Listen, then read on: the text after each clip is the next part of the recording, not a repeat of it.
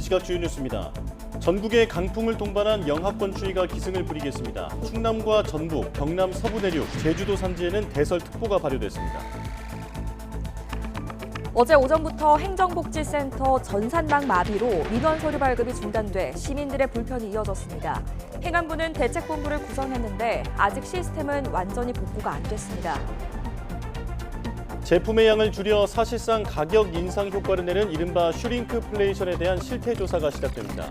정부는 이 문제를 엄중히 인식하고 있다고 강조했습니다. 이스라엘과 팔레스타인 무장정파 하마스가 인질 50명 석방과 사흘 간의 휴전에 곧 합의할 것이라는 보도가 또 이어졌습니다. 며칠 전부터 계속 나오고 있는 이야기인데 이번에는 구체적 내용까지 전해지며 기대감이 커지고 있습니다.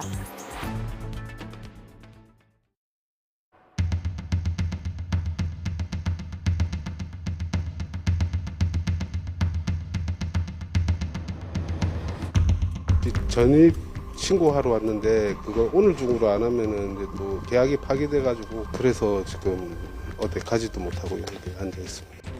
그 이사 이제 계약을 해서 확정일자 일단 빨리 받아야 제가 은행 가서 대출 신청을 할 수가 있는데 오늘밖에 시간이 없는데 갑자기 안 된다고 하니까 인감증명서 떼러 왔는데요. 지금 계속 전산장애 때문에 한 3번 왔거든요. 근데 계속 안 돼가지고 계속 왔다 갔다 하느라 너무 힘든 상황이에요. 뭐 은행 업무 처리할 게 있어가지고 했는데 지금 계속 이걸 못하니까 그 뒤에 업무를 지금 휴가까지 썼는데 계속 못해서 또 휴가를 써야 될 것 같아요. 주민등록증오늘 발급하러 이제 왔는데 그 망이 고장나가지고 망이 안 돼가지고 그 발급을 지금 당장 못 받는다고 해가지고 납골당에 제출할 서류가 이게 꼭 있어야 되는데 큰일 났네. 그 인감증명서? 예, 인감만 있으면 돼요.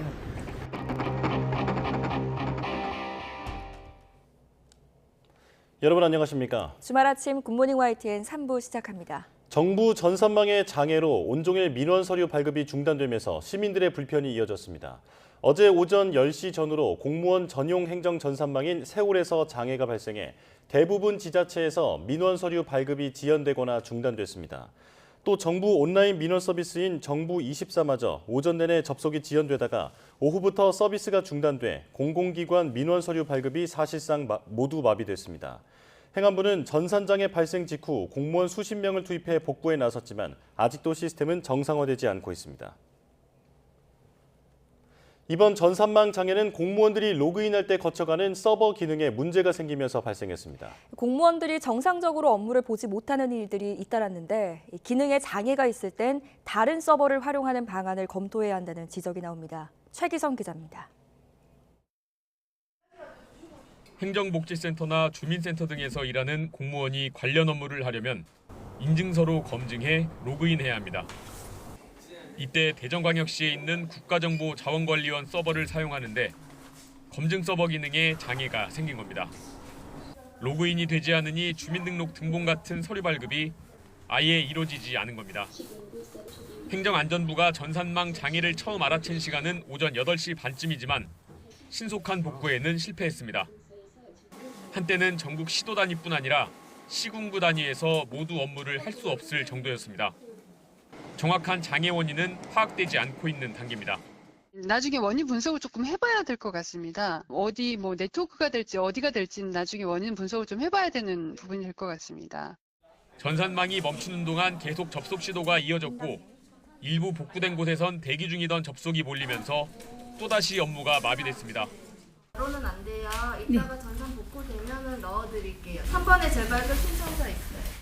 이번 장애는 공무원 전자서명이 도입된 2007년 이후 처음 발생한 것으로 파악됐습니다. 국가정보자원관리원은 오후부터 예고됐던 서버 작업과는 무관하다고 해명했습니다. 행정안전부는 외부 공격이나 해킹이 원인은 아닌 것으로 보고 있다면서 정확한 원인을 파악 중이라고 밝혔습니다. 하지만 마땅한 대책이 없어 비슷한 일이 벌어지면 또 똑같은 불편을 겪을 수 있습니다. 전문가들은 서버 가용성을 확보해야 한다고 지적합니다. 문을 하나만 만들지 말고 2개 정도 놔두고 있다가 이쪽 서버가 망가지면은 다른 쪽 서버로 이렇게 운영하는 그런 그 가용성 확보, 인증 서버의 가용성 확보 부분을 점검해야 될 것 같습니다. 행안부는 이번 전산망 장애로 전입신고 등의 차질을 빚은 사람들에겐 복구 이후에 입력하더라도 날짜는 현장 접수 일자를 적용하는 방식 등으로 국민 불편을 최소화하겠다고 덧붙였습니다. 한덕수 국무총리도 장애 원인을 신속하게 분석하고 상황을 투명하게 알리겠다고 했습니다. YTN 최기성입니다. 행안부는 운영이 중단된 공무원 전용 행정 전산망인 세울과 정부 온라인 민원 서비스인 정부24 복구를 위해 고기동 행안부 차관을 본부장으로 하는 지방행정 전산서비스 장애 대책본부를 구성해 운영에 들어갔습니다. 대책본부는 어제 저녁 9시 반에 고 차관 주재로 1차 회의를 열고 행정망 장애 발생 상황과 또 복구를 위한 조치 내역, 관계기관별 대처 사항, 복구 일정, 계획을 논의했습니다. 이 장관은 미국 국토안보부 장관과의 양자회담, 또 미주개발은행과의 양해각서 체결차 미국을 방문해서 일정을 소화해 왔으나 이번 전산망 중단 사태로 남은 일정을 취소하고 조기 귀국하기로 했습니다. 행안부는 주민등록번호 확인이 필요한 증명서는 대법원 전자가족관계 등록 시스템에서 가족관계 등록 증명서로 대체할 수 있고 운전 경력 증명서는 경찰청 교통민원 24에서 발급이 가능하다고 설명했습니다. 또 국제 납세 증명과 소득 금액 증명은 국세청 홈택스에서, 또 지방세 납세 증명서와 지방세 세목별 과세 증명서는 위택스에서 발급할 수 있다고 덧붙였습니다. 정부가 생필품 슈링크플레이션에 대해 실태조사에 나서기로 했습니다. 김병환 기획재정부 1차관은 어제 오전 비상경제차관회의 겸 물가관계 차관회의를 주재하고 부처별 물가안정 대응책을 논의하면서 이같이 밝혔습니다. 슈링크플레이션은 양을 줄인다는 뜻의 슈링크와 물가 상승을 뜻하는 인플레이션의 합성어로 가격은 그대로 두거나 올리면서 제품 용량을 줄이는 꼼수 인상을 뜻합니다. 올해 대학 수학능력시험은 골고루 어려웠다는 평가가 나오는 가운데 국어 영역 1등급 커트라인이 지난해 수능보다 최대 10점 가까이 하락한 것으로 나타났습니다. EBSI와 입시업계 예측을 종합하면 국어 영역은 화법과 작문 선택 수험생의 경우 88점에서 89점, 언어와 매체는 83점에서 85점 사이가 1등급 커트라인으로 예상됩니다. 수학 영역에서 확률과 통계는 91, 2점이 1등급 커트라인이 될 것으로 보이고 미적분은 82, 3점, 기하는 88, 9점으로 추정됩니다. 2024학년도 대학 수학능력시험에 서울 주요 대학 합격선이 일제히 하락할 것이라는 분석이 나왔습니다. 종로학원은 수능 국어 과목이 어려워진 여파로 2024학년도 정시에서 서울대 경영대학은 국어 수학 탐구 영역 원점수 합산 기준 합격선이 300점 만점에 284점으로 지난해보다 4점 낮아질 것으로 예상했습니다. 고려대와 연세대 경영도 277점으로 지난해보다 합격선이 각각 4점씩 낮아질 전망이며 최상위권 학과인 서울대 의예과는 292점으로 2점 낮아졌습니다. 수능 가채점 결과를 받아든 수험생과 학부모들은 숨 돌릴 틈도 없이 어느 대학을 지원할지 작은 정보라도 얻기 위해 입시 설명회를 찾고 있습니다. 수험생들은 당장 주말부터 정시 지원 가능 대학을 살피고 대학별 논구수 준비에 여념이 없습니다. 신지원 기자가 보도합니다. 쌀쌀한 날씨에도 입시 설명회장을 찾은 수험생과 학부모들의 발길이 끊이지 않습니다. 수능의 열기가 채 가시지 않았지만 이제는 가채점 결과를 토대로 신중한 판단이 필요한 때입니다. 성적이 대충 나왔고 그걸로 대학을 어딜 갈지 정해야 되니까 현재 상황도 좀 알아보고 어제 수능 어땠는지 좀 궁금해서 엄마 따라왔어요. 재학생 학부모들은 더 좀 불안한 부분이 재수생들이 워낙에 많이 대거 지금 등장했기 때문에 부족한 부분을 좀 설명회를 통해서라도 조금 보충을 하려고 적극적으로 알아보고 있습니다. N수생 증가와 킬러 문항 없는 수능. 넘치는 변수에 미리 분위기를 살피려는 학부모 발길도 잇따랐습니다. 저희 딸은 고등학교 1학년이고요. 어제 수능 국어만 한번 봐봤는데 이거 너무 어렵다고 해가지고 조금 더 일찍 준비하면 애 대학 갈 때 조금 도움이 되지 않을까 해서. 수능을 마친 수험생들은 이제 가채점 결과를 토대로 표준 점수대별 도수 분포를 살펴야 합니다. 재학생의 경우 당장 주말부터 대학별 논술 면접고사가 시작하는 만큼 가능성이 큰 대학의 선택과 집중이 필요합니다. 가채점 기반의 정시 지원 가능 대학 라인을 먼저 찾아놓고 그거에 따라서 면접이나 논술고사의 응시 여부를 판단하는 식으로. 앞서 교육부는 킬러 문항 없는 수능을 발표하면서 대학별 논구술고사도 공교육 범위를 벗어나지 않도록 하겠다고 밝혔습니다. 그만큼 어려운 문제를 준비하기보다 답안 추론 과정을 논리적으로 설명하는 연습이 중요합니다. 수능 후 첫 주말부터 성균관대와 서강대, 건국대 등 주요 대학들의 논술고사가 시작하는 가운데 수능 시험을 마친 수험생들은 숨 돌릴 틈도 없이 정시와 소시 지원에 고민이 깊어지고 있습니다. YTN 신지원입니다. 이틀째 많은 눈이 내린 덕유산과 한라산 등 산간 지방에는 때 아닌 설경이 펼쳐졌습니다. 서울 등 내륙에서도 올가을 첫눈이 관측됐는데 오늘은 강한 바람이 불며 기온이 크게 떨어지겠습니다. 정혜윤 기자의 보도입니다. 이틀째 많은 눈이 내린 덕유산은 하얀 겨울왕국으로 변했습니다. 정상에 오른 등산객들은 때이른 설경이 반갑기만 합니다. 하얗게 변한 풍경을 사진에 담고 눈싸움을 즐기기도 합니다. 제주 산간에는 대설 경보 속에 20cm가 넘는 눈이 쌓였습니다. 한라산 입산이 통제됐고 강한 바람에 도로는 빙판으로 변했습니다. 서울에도 올가을 첫눈이 내렸습니다. 낮 한때 흩날리는 정도에 그쳤지만 제법 굵은 눈발이 날린 경기 남부와 충청 지역에서는 차량 통행에 불편을 겪을 정도였습니다. 공식적인 첫눈 관측은 눈이 날리거나 눈비와 섞여 내리기만 해도 첫눈이라고 정의를 하게 됩니다. 올해 첫눈은 서울, 인천, 홍성은 작년보다 12일, 수원은 16일 빨랐습니다. 올가을 첫눈은 밤사이 대부분 그치겠습니다. 하지만 이후에는 강한 한기가 남하하면서 기온이 크게 떨어질 전망입니다. 주말 아침 대관령 기온이 영하 10도까지 떨어지고 철원과 파주 영하 7도, 서울도 영하 4도를 기록하겠습니다. 올가을 들어 가장 낮은 기온으로 찬바람이 강해 체감온도가 영하 10도를 밑도는 곳도 많겠습니다. 특히 내린 눈이나 젖은 도로가 얼어붙을 가능성이 커 빙판길 사고도 우려됩니다. 충청권과 전라권을 중심으로 18일 아침까지 이어지는 곳도 있겠습니다. 특히 18일 아침 전국 대부분 지역의 기온이 영하권에 들며 빙판길이 나타나는 곳이 많겠으니 교통안전에 주의 바랍니다. 때이른 추위는 일요일 아침까지 이어진 뒤 낮부터 기온이 크게 오르며 풀리겠습니다. 하지만 다음 주 후반에도 또 한 차례 영하권 추위가 찾아오는 등 초겨울 추위가 주기적으로 영향을 줄 전망입니다. YTN 정혜윤입니다. 윤석열 대통령이 미국 샌프란시스코에서 열린 아시아 태평양 경제협력체 APEC 정상회의에서 조기 경보 시스템을 구축하는 등 공급망 협력을 우선 강화해야 한다고 밝혔습니다. 윤 대통령은 포용적이고 회복력 있는 경제 만들기를 주제로 열린 두 번째 세션에서 경제정책의 불예측성은 다자주의 또 자유무역 정신과 정면 배치된다고 말했습니다.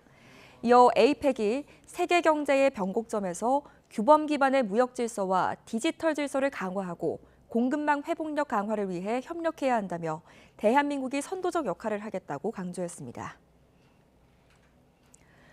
APEC 정상회의 참석차 미국을 방문 중인 윤석열 대통령이 오늘 일본 기시다 후미오 총리와 미국 스탠퍼드 대학에서 열리는 좌담회에 참석합니다. 윤 대통령은 한일, 한미일 첨단 기술 협력을 주제로 기시다 총리와 다양한 의견을 나눌 예정인데요.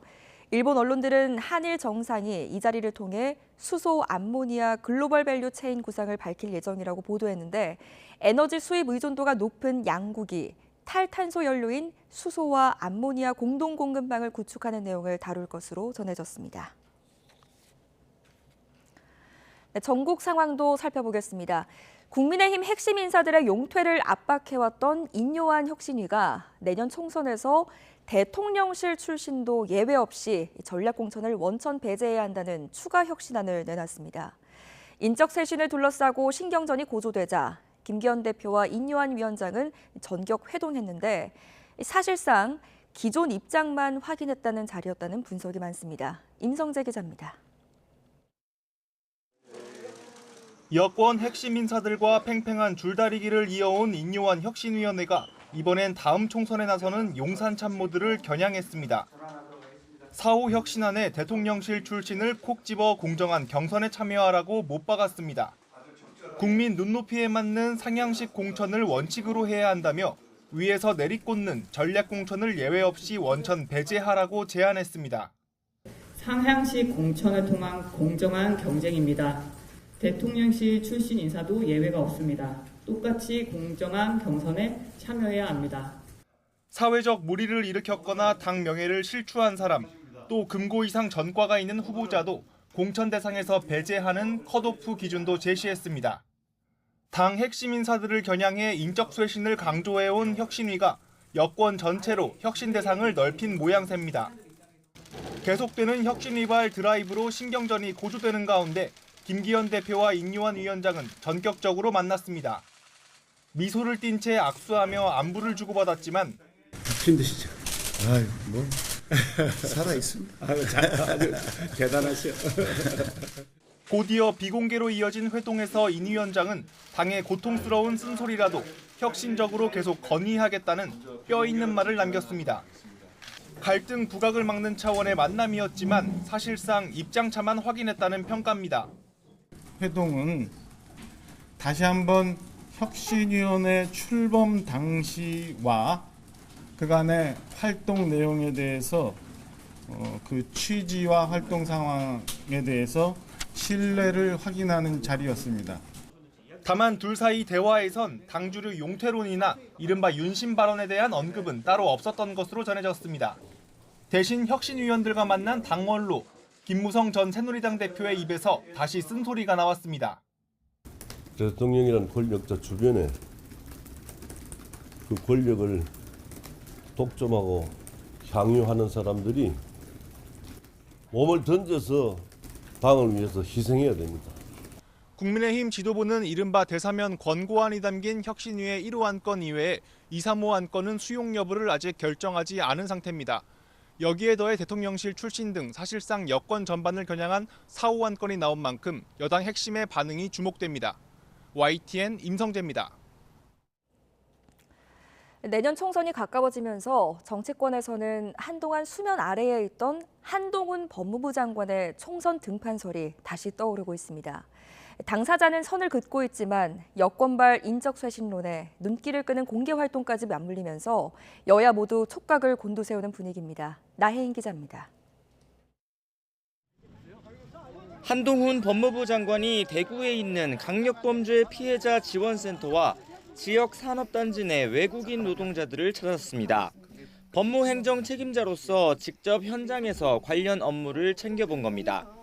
하지만 부쩍 다가온 총선과 여당의 전통적 강세 지역이라는 특수성 때문에 여론의 관심은 정치적 의미에 더 쏠렸습니다. 총선은 국민들의 삶에 대단히 중요한 것인 건 분명합니다. 대구에 두 번째 왔는데요. 저는 평소에 대구 시민들을 대단히 깊이 존경해 왔습니다.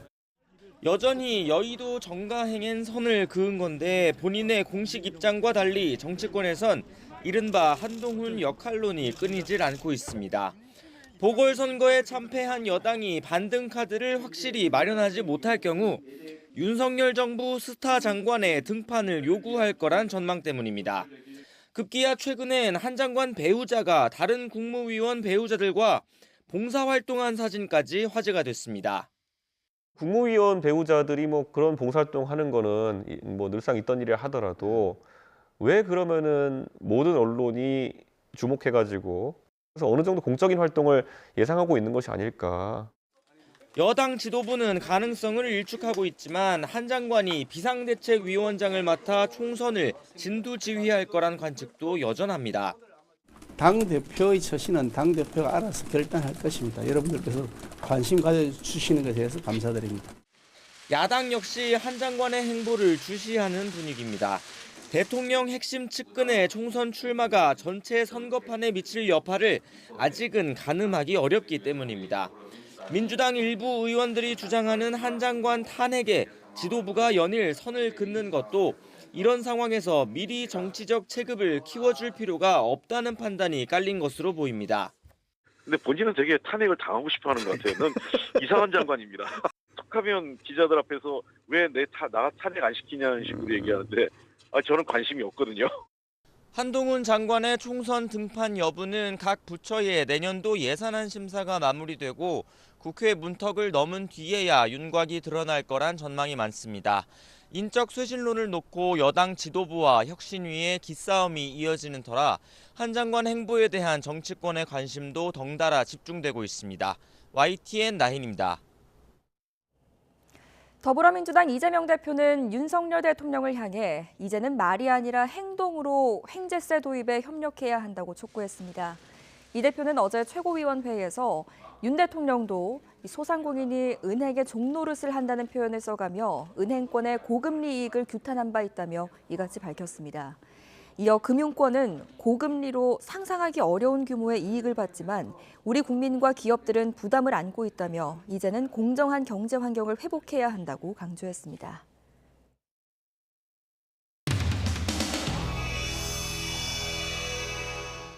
우리 4명의 의원들뿐만 아니라 그 4명의 의원들과 그 점에서 뜻을 같이 하는 한 40-50명의 의원들이 있습니다. 비록 뭐 이름을 공개하고 함께하지 못하더라도 뜻을 같이 하는 그런 의원.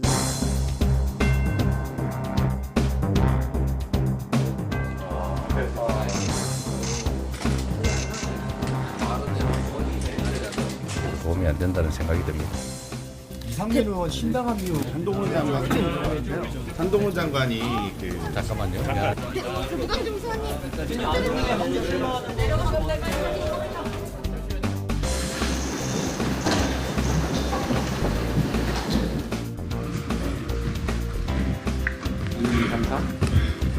순서대로. 이제 비명계의 프레임을 벗어 던지겠습니다. 누구를 반대하기 위해서가 아니라 민주당의 무너진 원칙을 되살리고 국민이 요구하는 상식의 정치를 세우겠습니다.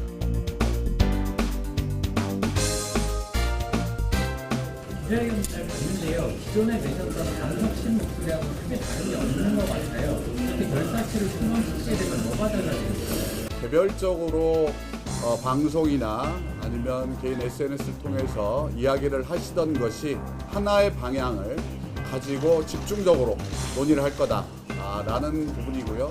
실제 많은 의원들이 저희들의 취지에 공감하고 있음에도 불구하고 이름 올리기를 부여하는 것은 조금이라도 이재명 대표에 대해서 쓴소리를 하거나 소신 있는 발언을 하면은 친명 간별사 사이트에 올리고, 그래서 이게 누가 찐명이냐 친명이냐 왕수박이냐 뭐 당도가 몇이냐. 또 친명 팬덤으로부터 꾸준하게 지속적으로 공격을 받아온 사람으로서 그 매운맛이 다릅니다. 옛날에는 오프라면 더 심한 말씀까지 하겠는데 제가 당해왔던 것 중에 가장 센 거예요, 요즘이.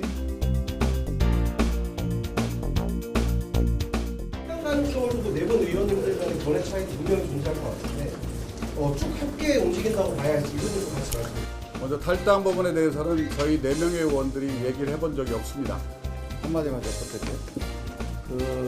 지금 우리 민주당이 한 달 정도 시간이 있다고 봅니다. 앞으로 총선이 한 5개월 남았는데요. 그 한 달 동안에 우리 4명의 의원들뿐만 아니라 그 4명의 의원들과 그 점에서 뜻을 같이 하는 한 40-50명의 의원들이 있습니다. 만약에 그렇게 되지 않았을 때는 그때 가서 우리가 또 어떤 결단을 내릴지.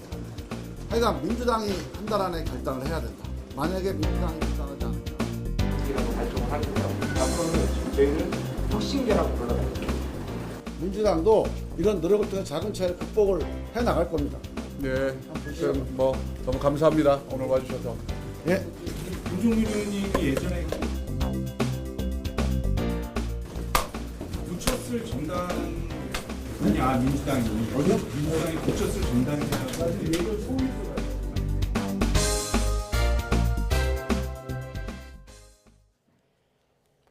3주간 이어진 지상전으로 가자지구 북부 통제권을 장악한 이스라엘군이 남부 공략 의도를 공개적으로 밝혔습니다.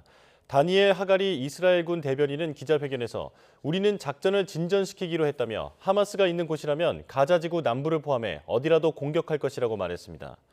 그러면서 군의 입장에서 가장 적합한 시간과 장소, 조건 아래 공격이 이뤄질 것이라고 덧붙였습니다.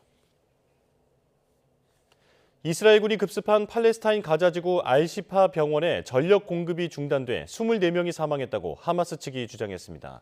로이터 통신에 따르면 하마스 산하의 가자지구 보건부는 알시파 병원의 정전으로 중요한 의료 장비가 작동을 멈춰 지난 48시간 동안 환자 24명이 숨졌다고 밝혔습니다.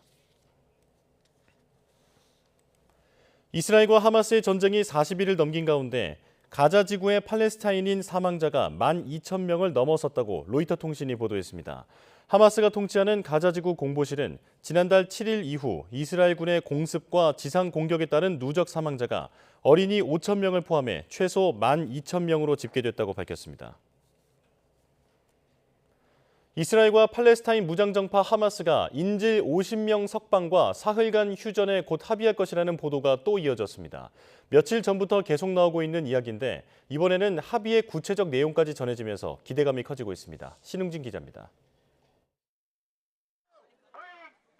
지난달 7일 납치 사태 이후 한 달 열흘이 흐르는 동안 가족들의 속은 새까맣게 타들어갔습니다.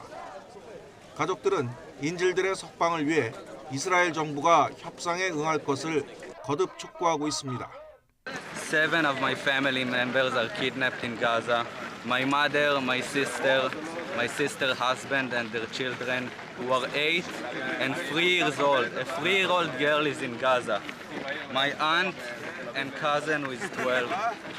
이런 가운데 인질 50명 석방과 사흘간 휴전 합의가 임박했다는 뉴스가 또 나왔습니다.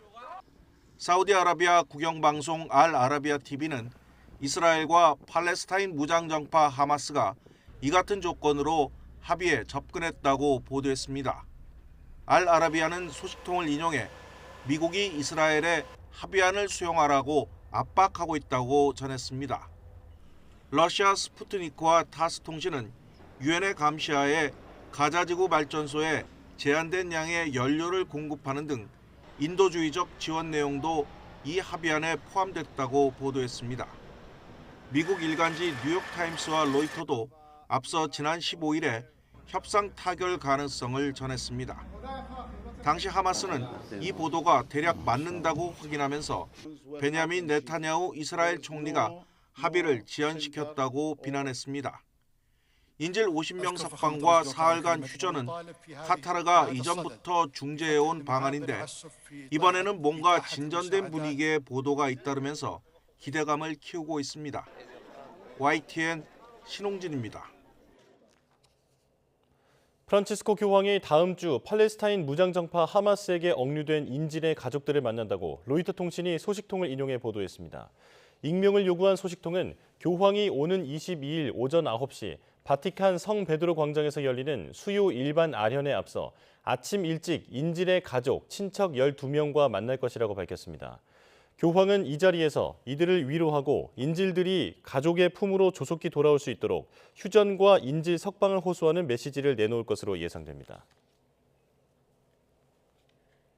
팔레스타인을 지지하는 국내 시민단체가 가자 지구를 향한 공격을 당장 중단하라며 기자회견을 열었습니다. 희생자들을 애도하는 의미를 담은 신발 2,000켤레를 전시하면서 전쟁은 해결책이 될 수 없다고 주장했습니다. 직접 들어보시겠습니다. 유니세프는 가자 지구가 수천 명의 어린이에게는 무덤이 됐고 남은 모든 이에게는 산 지옥이 되었다고 말했습니다. 또한 생존자 아동들이 그리고 모든 생존자가 더 이상은 지옥에서 살아가지 않게 우리 모두가 힘을 모아야 합니다. 인간의 존엄성을 완전히 부정하는 전쟁은 서로에 대한 증오와 폭력만을 낳을 뿐입니다. 다른 사람들을 죽이고 혐오하는 것은 결국 자신을 죽이는 것과 다름없습니다. 이명박 정부 당시 이른바 블랙리스트에 오른 문화예술계 인사들에게 이명박 전 대통령과 원세훈 전 국가정보원장이 배상해야 한다는 법원의 판결이 나왔습니다. 서울중앙지방법원은 배우 문성근 씨와 방송인 김미화 씨 등 36명이 낸 손해배상 청구 소송에서 이 전 대통령과 원 전 원장이 원고들에게 500만 원씩 지급하라고 판결했습니다. 재판부는 정치적 견해나 이념적 성향이 다르다는 이유로 문화예술인 명단을 조직적으로 만들어 관리한 건 헌법과 법률에 어긋나는 데다 피해자들이 겪은 정신적 고통도 명백하다고 판시했습니다. 서울시내 아파트에서 초등학생이 떨어뜨린 돌에 70대 주민이 맞아 숨지는 사고가 있었습니다. 또 남부지방을 중심으로 내린 눈에 제주에는 돌풍까지 불면서 피해가 잇따랐습니다. 사건 사고 소식 송재인 기자가 종합했습니다. 서울 노원구 15층짜리 아파트. 어제 오후 70대 남성 주민이 출입구 근처에서 숨진 채 발견됐습니다. 현관을 막 나서던 길에 10층 높이에서 초등학생이 떨어뜨린 주먹 크기의 돌멩이에 맞은 겁니다. 할아버지가 쓰러져 있다는 신고를 받고 온 소방당국이 도착했을 땐 이미 남성은 숨을 거둔 상태였습니다. 초등학생 친구랑 돌아가신 할아버지 분 둘 다 같은 아파트 산다고 뉴스에서만 일어날 것 같고 진짜 있을 거라고 생각도 못 했는데.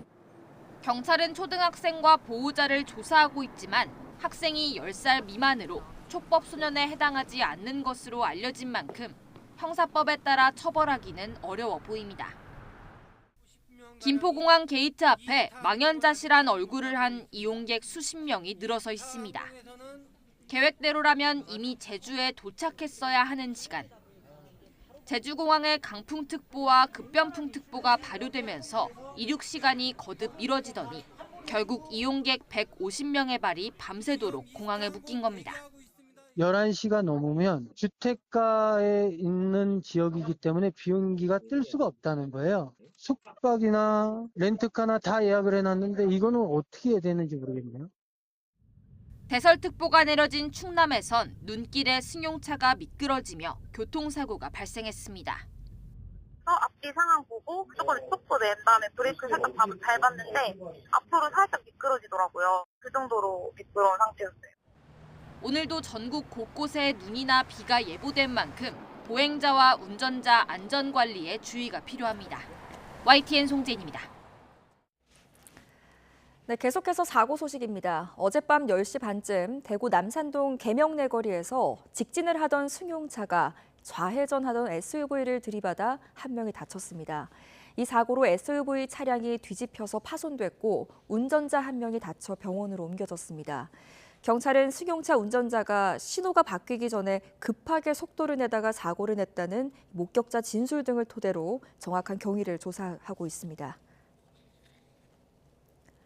어제 오후 5시 10분쯤 충남 아산시 은봉면 자동차 부품 공장에서 불이 나 3명이 크게 다쳤습니다. 불은 공기 속 먼지나 이물질을 모으는 집진기에서 발생한 것으로 파악됐는데 공장 근로자 3명이 전신에 화상을 입어 치료를 받고 있는 중입니다. 경찰과 소방은 정확한 화재 경위를 조사 중에 있습니다. 역시 어제 저녁 7시쯤입니다. 경기 성남시 태평동 사거리에서 신호를 기다리던 오토바이에서 불이 났습니다. 운전자가 긴급히 몸을 피하면서 인명피해는 없었지만 오토바이가 모두 불탔습니다. 소방당국과 경찰은 오토바이 앞좌석에서 갑자기 연기가 오르기 시작했다는 운전자 진술 등을 토대로 화재 원인을 조사하고 있습니다. 어제 저녁 6시쯤 인천시 남동구 구월동 22층짜리 오피스텔 기계식 주차장에서 불이 나 한 명이 연기를 마셔 병원으로 옮겨졌고 주민들이 급히 대피했습니다. 소방당국은 신고를 받고 소방대원 48명과 펌프차 등 장비 16대를 투입해 진화 작업을 벌였습니다. 소방당국은 주차장 내부 차량에서 불이 시작된 것으로 보고 정확한 화재 원인과 피해 규모를 조사할 예정입니다.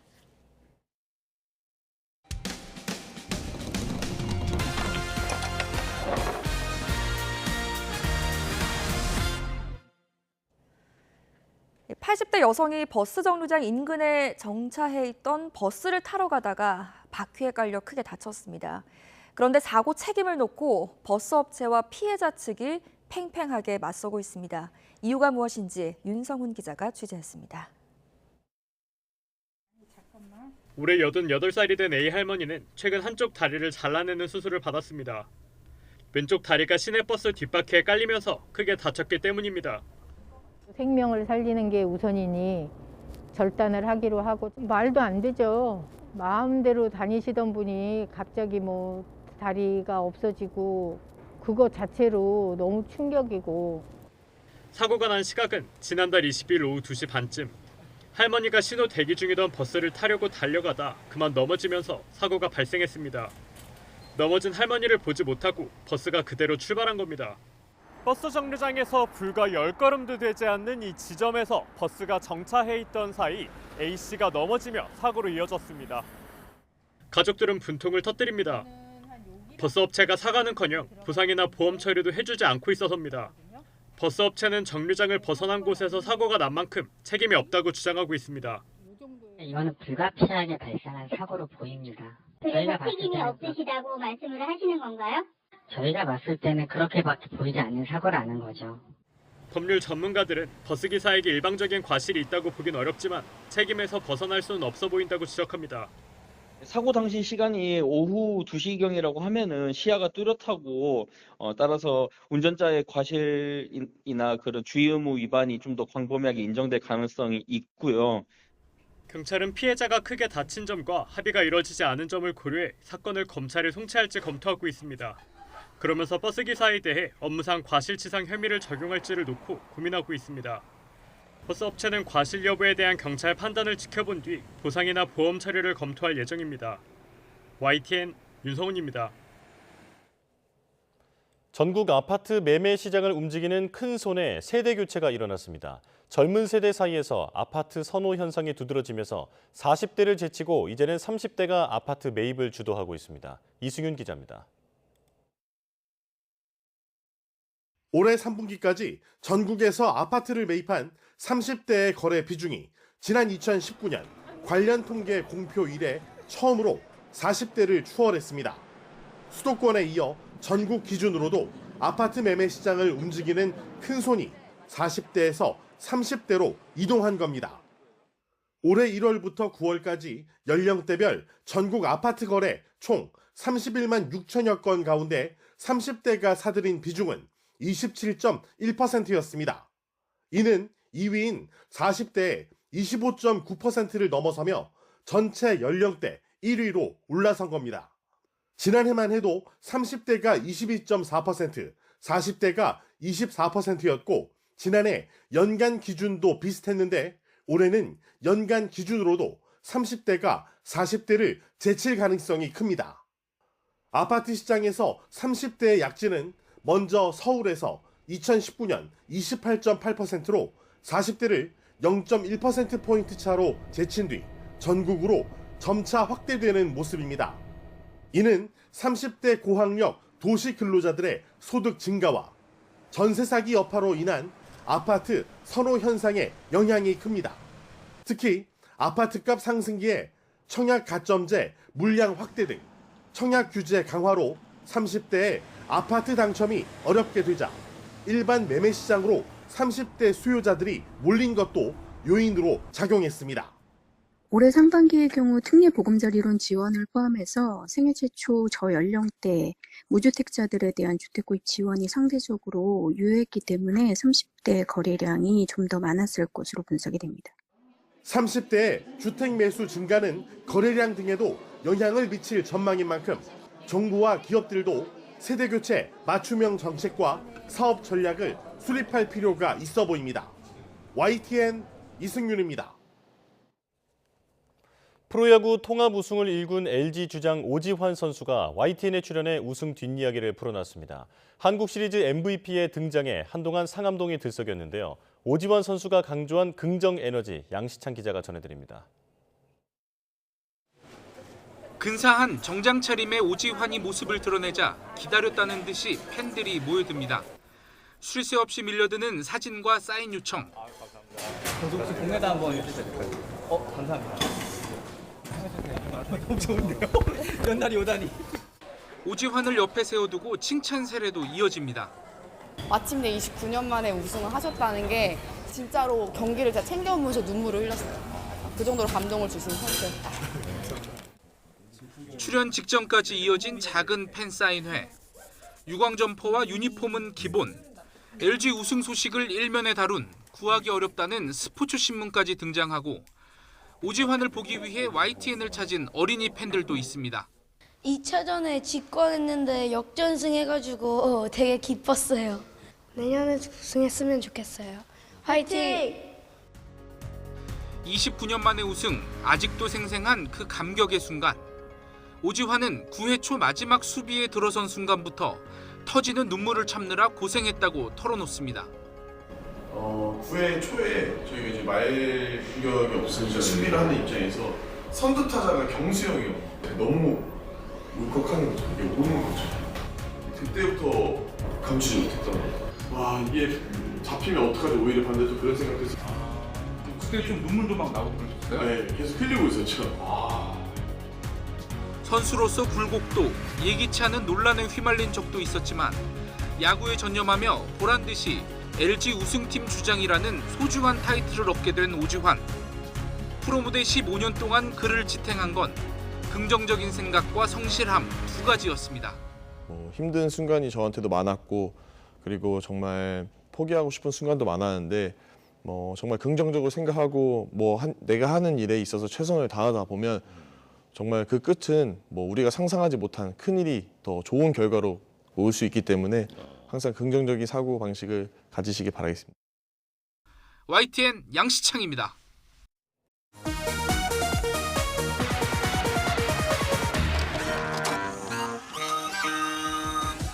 집에서 안 쓰는 거 있잖아요. 그냥 집에 처박혀 있는 거, 무거운 거 그런 거 다 그냥 처리해갖고. 워낙 안 되니까 이제 몸으로 때워서 그걸 막하고 되는 거죠.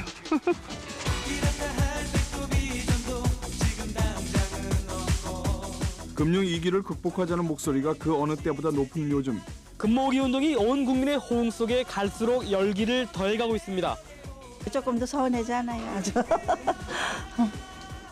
집안에 있던 압력솥과 프라이팬 등 식기류뿐만 아니라 제사상에 오르던 향로와 중고 자전거까지 쏟아져 나옵니다. 고철 수입을 줄이는데 조금이나마 도움이 되길 바라는 마음입니다. IMF 한파로 용돈이 줄어들었습니다. 공책 2권을 사는데도 할인 카드로 500원을 드렸습니다. 할인되는 데를 찾아가고요. 노력하면 한 달에 한 6, 7만 원 정도는 절약되는 것 같고요. 모두가 사용하던 휴대폰을 해지하러 온 사람들입니다. 자기 차례를 기다리는 사람들이 지점안을 가득 메우고 있습니다. 꼭 필요한 것 같지도 않고 그리고 경제에도 좀 어렵고 그래서 돈 내기도 좀 부담이 되더라고요. 그래서 해지하려고 왔어요. 최근 들어 시도한 가격 파괴. 와우. 정성 들여 조리한 음식을 싼 값에 제공하는 것만이 불황을 헤쳐나갈 수 있다고 생각한 업소의 생존 전략이 좋은 효과를 보고 있습니다. 경쟁 어렵대잖아요. 그래서 가격을 확 낮췄어요. 가산중학교에서는 이처럼 기술 시간 등을 이용해 헌 책상을 학생들이 직접 고쳐서 다시 사용하고 있습니다. 절수 꼭지를 설치한 것은 물론이고 이렇게 사용한 물은 청소걸레 등을 빠는데 재사용됩니다. 아껴 쓰세요. 아껴 쓰세요. 네. 현재 남부와 제주 산간에 이어지던 눈은 거의 그쳐가고 있습니다. 빙판길을 유의하셔야겠는데요. 찬바람이 불면서 기온이 뚝 떨어지고 있습니다. 현재 해안가로는 강풍주의보가, 경남 동부와 전남 일부에는 한파주의보가 내려져 있는데요. 올가을 들어서 가장 춥습니다. 현재 서울 기온이 영하 3.6도, 바람이 불어서 체감온도는 영하 8.4도까지 내려가 있고요. 낮에도 어제만큼 춥겠습니다. 현재 기온 살펴봅니다. 춘천이 영하 5도고요. 낮 기온은 서울이 6도, 대전은 9도로 예상됩니다. 추위는 내일 낮부터 풀릴 전망입니다. 날씨였습니다. 굿모닝 YTN 마칩니다. 잠시 후에는 YTN 뉴스와이드가 계속됩니다. 시청해주셔서 고맙습니다.